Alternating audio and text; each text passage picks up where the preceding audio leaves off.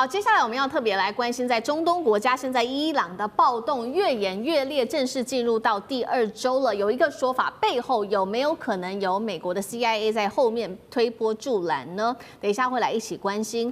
反制美以的聯手威嚇，在這個情況之下，我們來看到中俄伊朗則是舉行聯合軍演。好，趕快來關心到的是，現在來看哦，最近的伊朗越來越動盪，就是因為它內部其實有非常多的問題，除了通膨不斷的飆升之外，伊朗的貨幣也在暴跌，並且經濟持續的衰退，民眾實在是看不下去了，於是走上街頭抗議，爆發了嚴重的警民流血衝突，進入到第2天。街頭上呢，其實等一下我們會來看畫面，包括警方都祭出了這些催淚彈來驅離抗議的民眾，憤怒的民眾甚至是搖鐵門、燒車等等，非常的嚴重。而且這一起衝突是2022年阿米尼事件以來最大的一次抗爭，一共是在31個省當中，已經有25省爆發了嚴重的抗議哦。整個這個25省裡面呢，簡直是陷入了一個癱瘓的緊急狀態，170個據點爆發抗議，有造成16人死亡，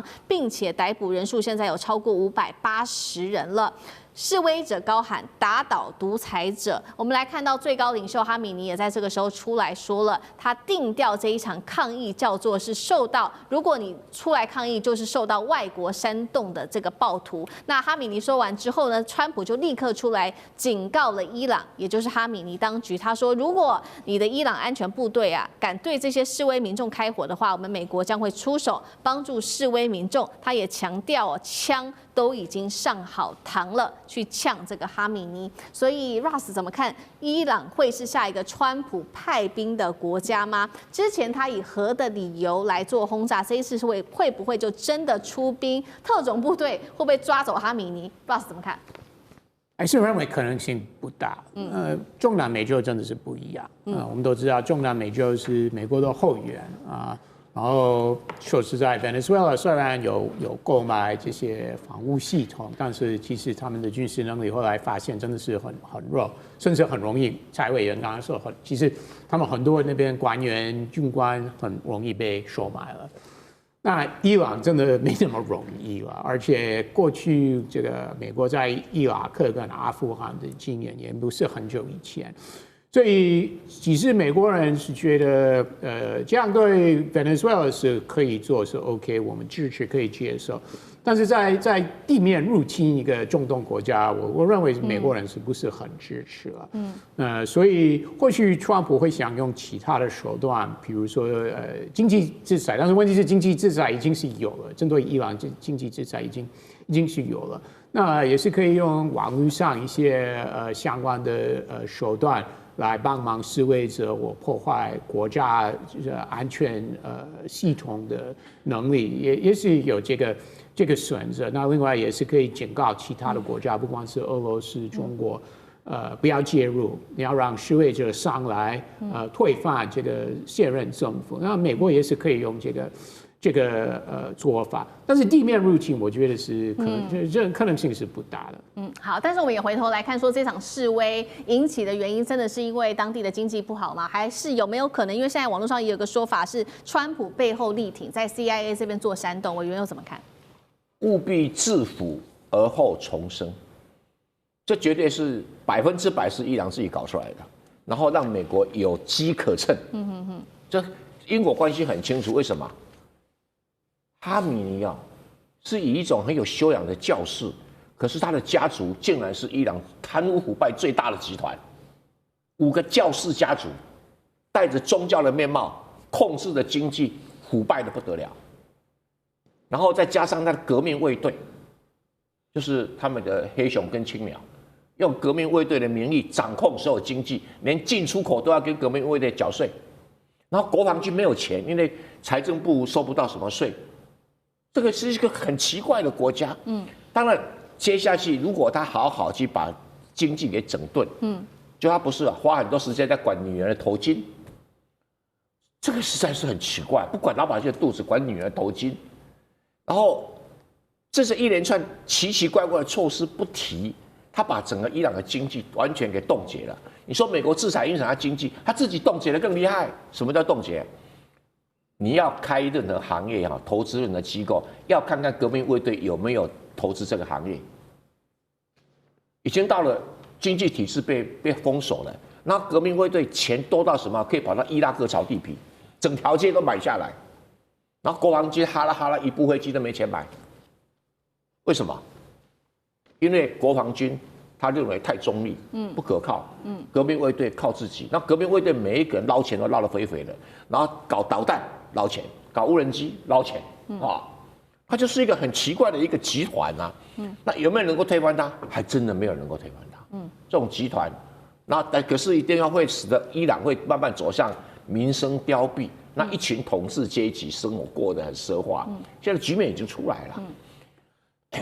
那如果這些街頭抗議的人啊，他那一定會被不滿，會被美國 CIA 給煽動啊，而且煽動成本又很低，不需要像委內瑞拉付5000萬美金，不用啊。煽動成本又很低，那未來會怎麼情形呢？我認為最可能是美國跟以色列會聯合做斬首行動，最便宜的。為什麼？你如果今天革命衛隊或者是什麼保安部隊出來對這個示威者開槍，美國最簡單的做法就派飛機把那個安全部隊總部給炸了，很便宜啊，不需要花什麼成本啊。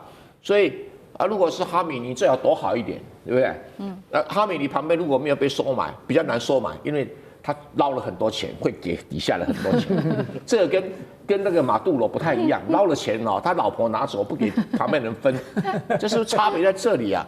他很會，就是家族控制的啊。那人多勢眾，所以要推翻不容易。可是如果一直在抗議，一直在抗議，美國就借這個理由，你誰開槍我炸誰，你誰開槍我炸誰，對美國不稀奇啊。他們以前的革命衛隊的司令官不是被炸了嗎？蘇梅哈尼不是，蘇梅萊尼嘛，被炸了嗎？還有以色列不是把那個哈馬斯的頭子給炸了嗎？所以，我只是說哈馬尼最好躲好一點，你要跟黃金一起埋葬是有可能的。好，所以我們看到伊朗民眾對於當地的經濟還有政府的不滿情緒哦，讓美國有機會在此介入。那其實伊朗對川普美國對伊朗虎視眈眈，也有一些重點的原因啊。我們節目整理出了4個，帶觀眾朋友來看。第一個就是因為石油，因為伊朗有很多的石油嘛。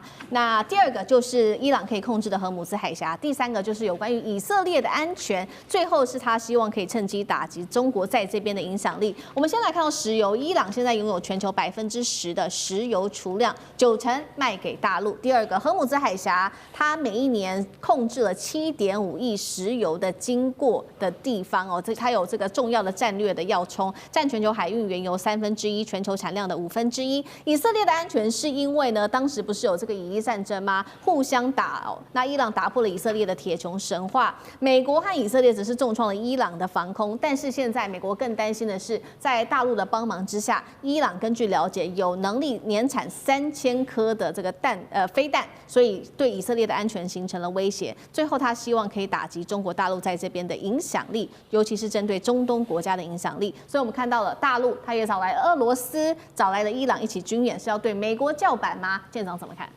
我們剛剛從手板上已經看到了，全世界有那個石油儲量第1委內瑞拉，第2個也就沙烏地阿拉伯，第3就是伊朗。那匹夫無罪，懷璧其罪，但是匹夫不是完全無罪啊。那剛剛那個鄭源老師已經講了，你的這個政府高層的這個教派領袖，你其實你本人很清高，可是你的家是就是演出一副很清高的樣子，但是你的家族貪賭的非常厲害。我們不要忘了，無論是我們講到的1989年巴拿馬諾瑞加的這個正義之師行動，諾瑞加也是貪得一塌糊塗。那還有現在我們講的委內瑞拉，那現在我們看到的伊朗也都是如此。也就是你越是貪腐的環境，越容易讓美國的 CIA 可以更容易滲入。那也就是說呢，其實我們剛剛講到說，這個金磚國家呢，是不是在跟美國叫板？其實不是，而是呢，這個也就是團結一切可以團結的力量啊。那也就是我們現在剛剛有講到聯合國的角色，可是聯合國的角色非常的沒用，因為它有這個常任理事國的干擾，所以現在我們看到金磚，它雖然稱不上說是可以取代聯合國，但是是可以跟代表的與美國完全不同的另外一個國際集團。那也就是透過這個方式，然後現在他們講說要進行軍演啊，叫做和平意志2026，也就是說。這一個演習，他把一大堆國家叫來，那大家會懷疑啊，說這個有關於俄羅斯也在裡面啊，那這裡面到底代表什麼樣的意涵？其實跟大家報告，中國大陸早就在做如何的讓俄羅斯的裝備可以成為中國大陸體系化的一部分。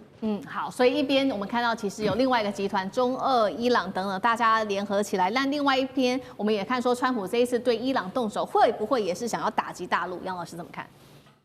其實委內瑞拉這個事情啊，到現在為止，我覺得有2點啊，大家可能會被西方媒體誤導，好像腐敗的國家、經濟落後的國家、人民受苦的國家，美國的正義之師就可以這個不顧一切的進入到這個國家進行斬首的行動，換一個政權。